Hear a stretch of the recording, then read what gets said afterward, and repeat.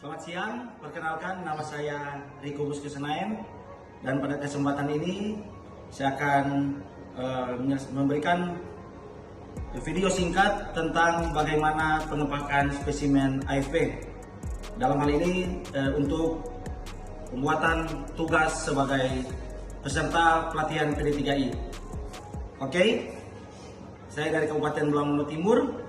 Tentu saja dalam pengepakan spesimen AFP ini kita perlu alat dan bahan. Yang pertama ini ada spesimen karir untuk pengepakannya, dan juga ada ini pendinginnya. Kemudian ada kertas plastik sakobat untuk pengisian pot spesimen, pot feses, label untuk menunjukkan label dari pasien, lakban, spidol untuk menulis, gunting, pulpen, dan paling penting ini formulir FP1 sebagai formulir pelacakan kasus AFP. Tentu saja dalam pengepakan spesimen ini kita menggunakan APD lengkap, itu ada handscoon, dan paling penting kita menggunakan masker. Selanjutnya dalam proses pengepakan spesimen AFP ini kita akan langsung mengambil feses atau tinja yang dari pasien yang tentu saja sudah dikumpulkan oleh petugas surveillance sesuai dengan formulir pelacakan kasus AFP ini. Jadi formulir AFP ini, formulir pelacakan ini harus memuat informasi yang lengkap, termasuk di dalamnya tanggal pengambilan spesimen. Oke, langsung saja kita ke prakteknya atau videonya. Ini ada pot tinja 2 sesuai dengan waktu pengambilan spesimen. Oke, ambilnya sebesar saja jemari peran dewasa, kemudian kita taruh ke dalam pot itu. Caranya demikian. Ya, kemudian ditutup rapat, kemudian ini yang hari kedua atau kurun waktu 24 jam spesimen diambil. Sama seperti dengan spesimen pertama, cukup 1 jari jempol orang dewasa dimasukkan, kemudian ditutup rapat. Setelah ditutup rapat, paling penting yaitu kita memberikan label agar pengiriman spesimen nanti bisa tepat atau tidak salah lagi. Ya, inilah label yang sudah diberikan identitas pasien dan juga nomor EPID. Nomor EPID ditempel di pot. Kemudian ini spesimen yang kedua sama. Gunakan label tak. Ya.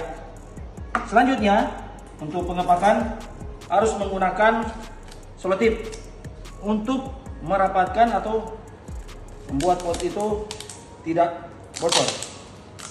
Jadi ditutup seperti ini. Oke, sesuai alat tadi kita ada gunting. Ya, ini.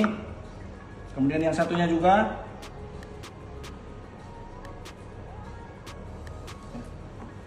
Kita tutup ya. Nah, sama seperti spesimen pertama, ditutup rapat menggunakan selotip untuk memastikan kerekatan atau tidak adanya celah terjadinya kebocoran. Setelah itu, kedua spesimen ini akan kita masukkan lagi ke dalam kantong plastik khusus spesimen. Tetapi lebih dari itu, kita semua harus menulis identitas pasien beserta dengan nomor EPID-nya menggunakan selotip ini. Jadi nama pasien, umur, register, umur, kita tulis umur pasien juga, dan juga nomor EPID. Yang paling penting nomor EPID. Sama di plastik juga yang kedua.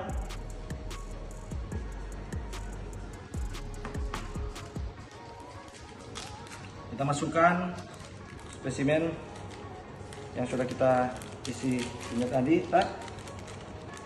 Kita rapatkan. Ini juga yang kedua.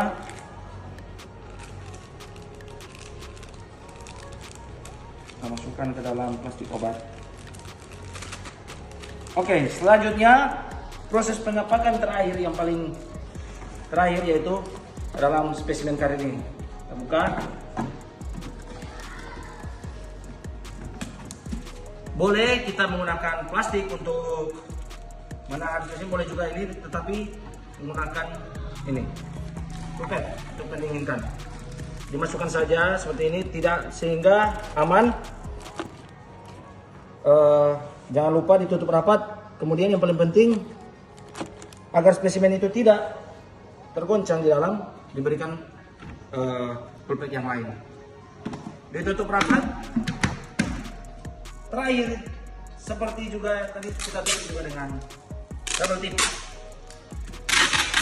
agar tidak adanya kerusakan spesimen. Oke, setelah ditutup,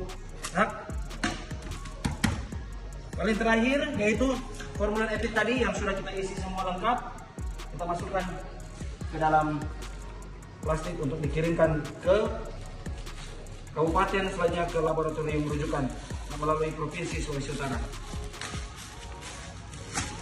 Spesimen AFP siap untuk dikirimkan ke Provinsi Sulawesi Utara. Demikian video saya. Atas perhatian, ucapkan terima kasih. Salam sehat.